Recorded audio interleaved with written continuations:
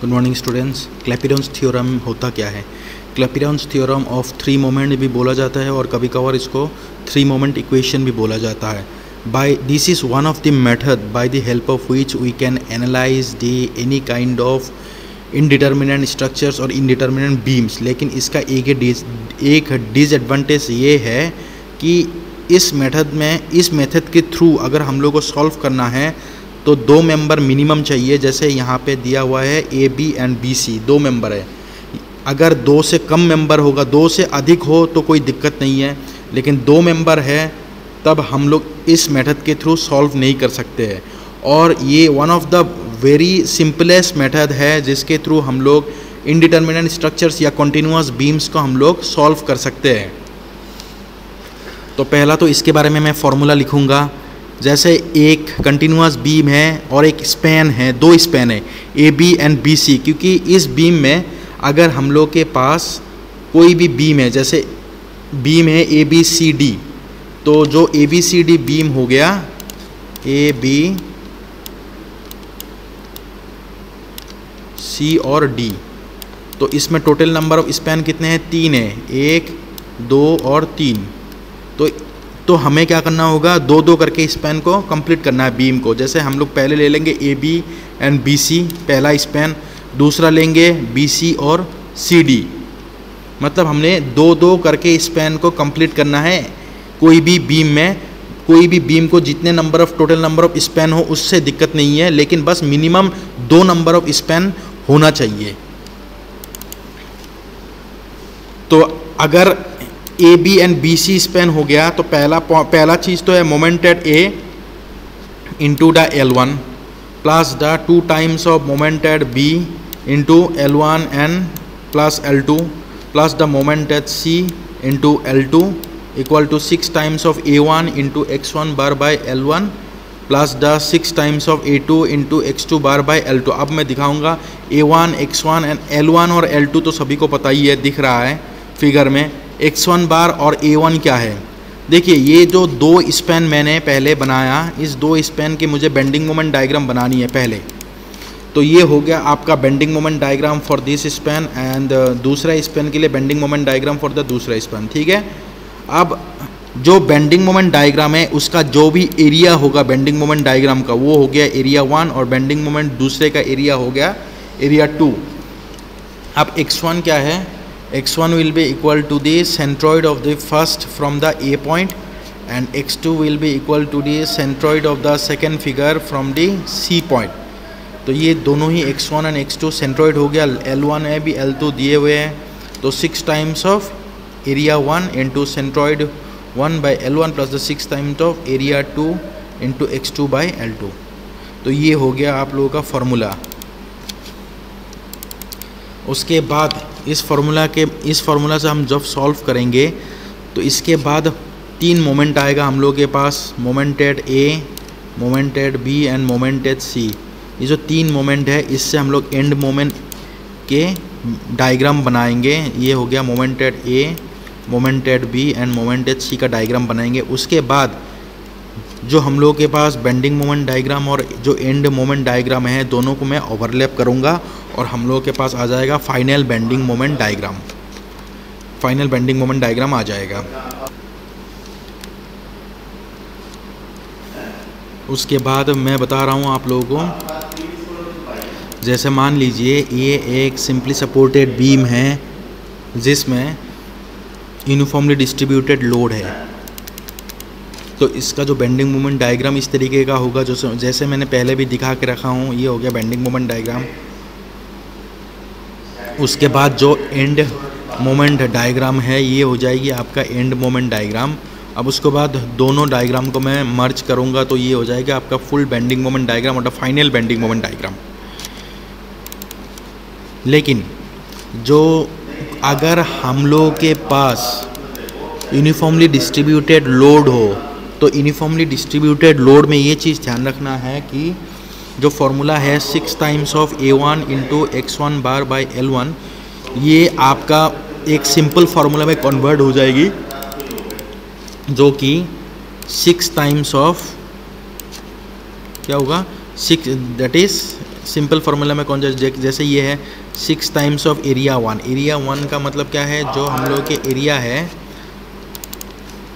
इसका एरिया क्या है 2/3 into base into height. So 2/3 into base L1 into height WL²/8। So 2/3 into base L1 into WL1² into centroidal distance L1/2 divided by the L1। अब जब वैसे हम लोग divide करेंगे तो वैल्यू आ जाएगी हम लोग के पास WL1³/4। That is simple, W क्या हो जाएगा W इंटू, तो फाइनली ये चीज़ हम लोग देख सकते हैं कि 6 times of A1 into x1 bar by L1 को हम लोग लिख सकते हैं W इंटू L³/4। ये जो फार्मूला है ये हम लोग लिख सकते हैं, लेकिन ये कब लिखेंगे, this formula means only applicable for the uniformly distributed load और UDL के लिए। जब बीम के ऊपर ओनली यूनिफॉर्मली डिस्ट्रीब्यूटेड लोड हो तभी ये फार्मूला हम लोग अप्लाई कर सकते हैं। WL³/4 हो जाएगा। उसके बाद हम लोग एक पहला न्यूमेरिकल शुरू करते हैं। जो पहला न्यूमेरिकल है इसमें आप लोग देख सकते हैं कि we need to draw the shear force diagram and bending moment diagram for the given figure. So A to B दिए हुए स्पेन, दूसरा स्पेन है B to C, 2 स्पेन है। इसमें दोनों स्पेन के ऊपर, पहले स्पेन के ऊपर है the uniformly distributed load of 20 kN/m and दूसरे स्पेन में है uniformly distributed load of 30 kN/m। उसके बाद ये जो बीम, उसके बाद जैसे आप लोग देख पा रहे हैं कि 20 kN और 30 kN के लोड है, तो अब हम लोग अभी क्या करेंगे, इसकी बेंडिंग मोमेंट डायग्राम बनाएंगे। तो जो पहले का बेंडिंग मोमेंट डायग्राम हो जाएगा WL²/8 फार्मूला लगाएंगे। सो W इंटू द 6²/20 इंटू 6²/8 कर देंगे तो वैल्यू आ जाएगी हम लोग के पास 90, जो कि यहाँ पे मैं करके रखा हूँ। उसके बाद 30 इंटू L²/8 कर देंगे तो हम लोग के पास वैल्यू आ जाएगा 135। सो ये जो दो यूनिफॉर्मली डिस्ट्रीब्यूटेड लोड के ये जो दो यूनिफॉर्मली डिस्ट्रीब्यूटेड लोड के दो स्पैन है, इसमें हम लोगों ने बना दिया बेंडिंग मोमेंट डायग्राम, BMD बना दिया दोनों तरफ।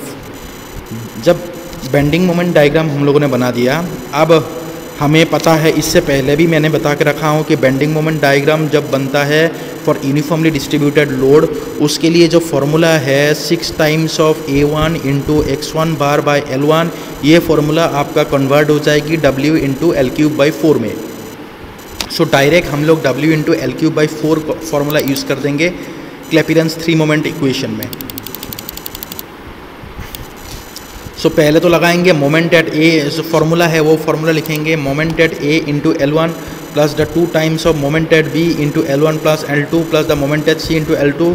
ये जो है ना 6 टाइम्स ऑफ A1, ये हो जाएगी फार्मूला WL³/4।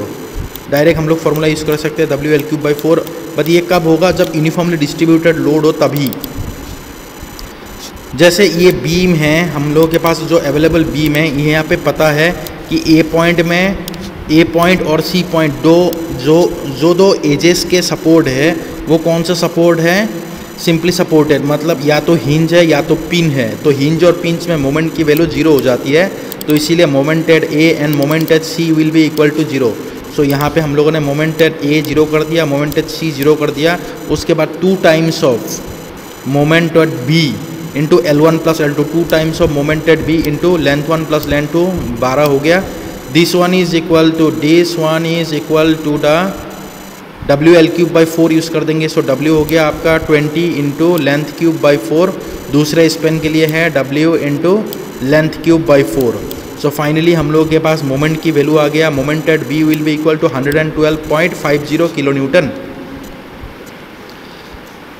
अगर ये वैल्यू आ गया है हम लोग के पास, तो अभी हम लोग डायरेक्टली हम लोग bending moment diagram, final bending moment diagram बना सकते हैं। तो फाइनल बेंडिंग मोमेंट हो जाएगी आपका, यहाँ पे 0 है क्योंकि सिंपली सपोर्टेड है, यहाँ पे भी 0 है सिंपली, यहाँ पे हो जाएगी 112.5।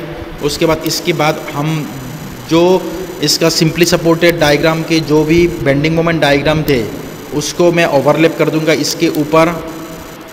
So we can say that finally this is the bending moment diagram for the support and this is the bending moment diagram for the load. दोनों को मैं जब मर्ज कर दिया तो ये हम लोग का हो जाएगी final BMD, final bending moment diagram. तो ये हम लोग का हो गया है फाइनल बेंडिंग मोमेंट डायग्राम। तो इतने आसानी से हम लोग कोई भी कंटिन्यूअस बीम्स को जो कि इंडिटरमिनेट स्ट्रक्चर्स होते हैं उसको हम लोग सॉल्व कर सकते हैं by the help of the Clapeyron's theorem. Okay, thank you.